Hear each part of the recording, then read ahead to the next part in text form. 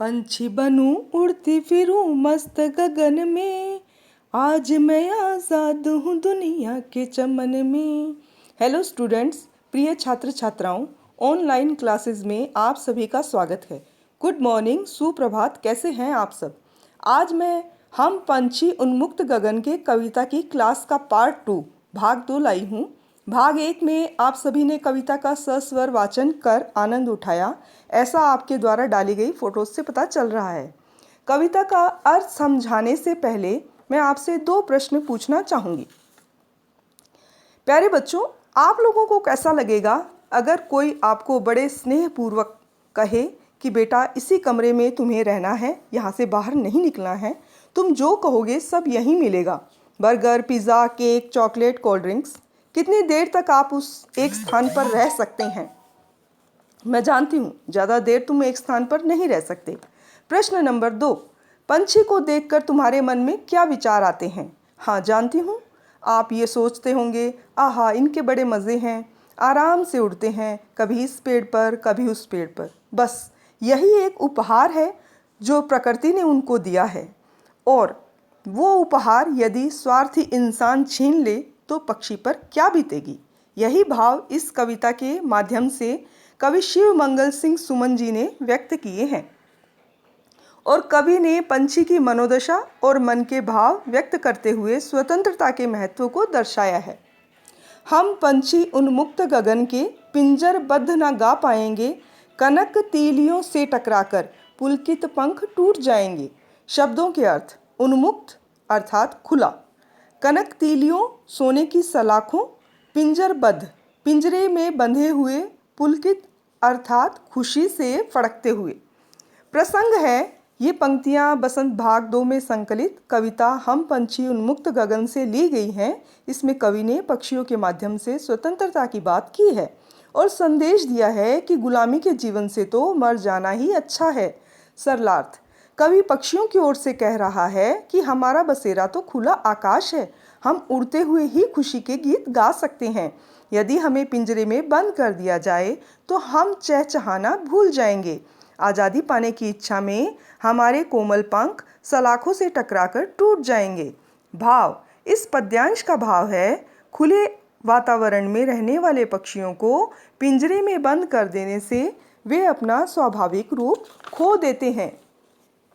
आगे कविता में कवि कहते हैं, हम बहता जल पीने वाले मर जाएंगे भूखे प्यासे, कहीं भली है कटुक निंबोरी, कनक कटोरी की मैदा से। शब्दों के अर्थ: कटुक कड़वी, निंबोरी नीम का फल, जैसा कि आप सभी ने देखा होगा, नीम के ऊपर जो फल आते हैं उसको निंबोरी कहते हैं। कनक अर्थात सोना, जिसके गहने हम पहनते हैं।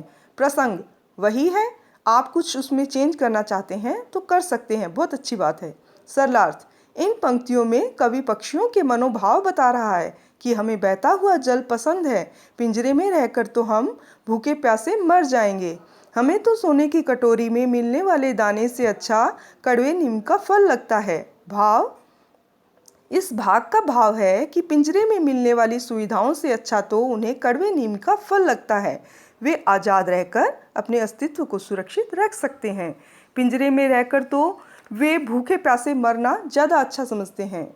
आगे कवि लिखते हैं, स्वर्ण श्रृंखला के बंधन में अपनी गति उड़ान सब भूले, बस सपनों में देख रहे हैं तरु की फुनगी पर के झूले। शब्दों के अर्थ: स्वर्ण श्रृंखला अर्थात सोने की कड़ियाँ, सोने की जंजीर, बंधन बंधा होना, तरु वृक्ष पेड़, फुनगी सबसे ऊंची टहनी का भाग। प्रसंग आप स्वयं लिखेंगे।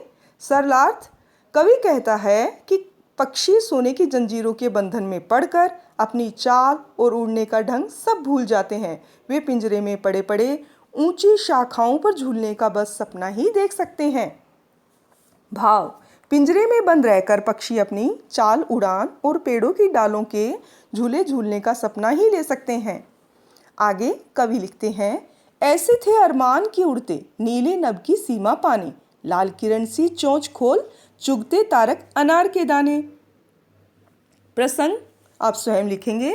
सरलार्थ: इन पंक्तियों में कवि कह रहे हैं कि पक्षियों की इच्छा खुले आकाश में उड़ने की है। उड़ते हुए वे आकाश की सीमा को छूना चाहते हैं। वे अपनी चोंच से अनार के दानों रूपी आकाश के तारों को चुगना चाहते हैं। भाव, पक्षियों की भी अपनी इच्छाएं होती हैं जिन्हें वे पूरी करना चाहते हैं, जिसे वे स्वतंत्र होकर ही पूरी कर सकते हैं। होती सीमाहीन एक क्षितिज से इन पंखों की होड़ा होड़ी, या तो क्षितिज मिलन बन जाता या तंती सांसों की डोरी। शब्दों के अर्थ लिखिए। सीमाहीन अर्थात जिसका कोई अंत ना हो। क्षितिज वह काल्पनिक स्थान जहां धरती आकाश मिलते हुए नजर आते हैं। होड़ा होड़ी प्रतिस्पर्धा, तंती सांसों की डोरी, प्राण निकल जाना। प्रसंग आप स्वयं लिखेंगे। सरलार्थ, कवि कहते हैं कि आसमान में उड़ते हुए पक्षियों के पंखों में एक होड़ सी लग जाती है। वे आसमान की उस सीमा को छू लेना चाहते हैं जिसका कोई अंत नहीं। कई बार वे आकाश की सीमा को प्राप्त कर लेते हैं। उन्हें लगता है कि सीमा को छू लेने से उनका आसमान से मिलन पूरा हो गया, या फिर कई बार उड़ते हुए वे अपनी मंजिल को प्राप्त नहीं करते तो उन्हें निराशा मिलती है। आसमान में उड़ते हुए मंजिल पाने की चाह में उनकी सांसें उखड़ जाती हैं। कई बार तो अधूरे मिलन की इच्छा लिए वे मर भी जाते हैं। भाव, कई बार तो पक्षियों को आसमान से मिलन हो जाता है, कई बार वे अधूरे मिलन की चाह लिए संसार से चले जाते हैं। नीड ना दो चाहे टहनी का आश्रय छिन्न भिन्न कर डालो, लेकिन पंख दिए तो आकुल उड़ान में विघ्न ना डालो। प्रसंग आप स्वयं लिखेंगे। सरलार्थ, पक्षी क्या कहते हैं कि भले ही उनका घोंसला कोई छीने अथवा जिस डाली पर उनका ठिकाना है उसको भी नष्ट भ्रष्ट कर दे, लेकिन प्रभु ने अगर उन्हें पंख दिए हैं तो उसमें कोई भी विघ्न न डाले। भाव है कि जो मनुष्य हमें बंदी बनाना चाहता है वो हमारा घोंसला, इन पेड़ों की डालियों को चाहे तो तोड़ डाले, लेकिन प्रभु के द्वारा दिए हमारे पंखों से हम जो उड़ान भरना चाहते हैं उसमें बाधा न डाले।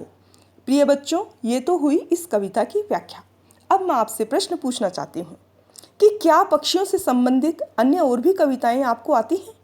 क्या आपने कक्षा 1 से 6 तक पक्षियों के बारे में कोई अन्य कविताएं पढ़ी हैं, या ऐसे कोई गीत जो पक्षियों से संबंधित हो? तो आप अपनी गृह कार्य पुस्तिका में अवश्य लिखेंगे। इसके बाद इस पाठ के प्रश्नोत्तर से संबंधित अगली वीडियो में आपसे प्रश्न उत्तर पर चर्चा की जाएगी। आप सभी बच्चों से अपेक्षा की जाती है कि इस कविता के सरलार्थ सुंदर सुपाठ्य वर्तनी अर्थात लेख में गृह कार्य पुस्तिका में लिखकर इसी ग्रुप में अपनी गृह कार्य पुस्तिका व्हाट्सएप करें। और इसी के साथ वीडियो को विराम देती हूँ। अगली वीडियो से पहले आपकी गृह कार्य पुस्तिका मैं दिनांक इस व्हाट्सएप ग्रुप पर आ जानी चाहिए। सभी बच्चों को आशीर्वाद। वीडियो देखने के लिए बहुत बहुत धन्यवाद।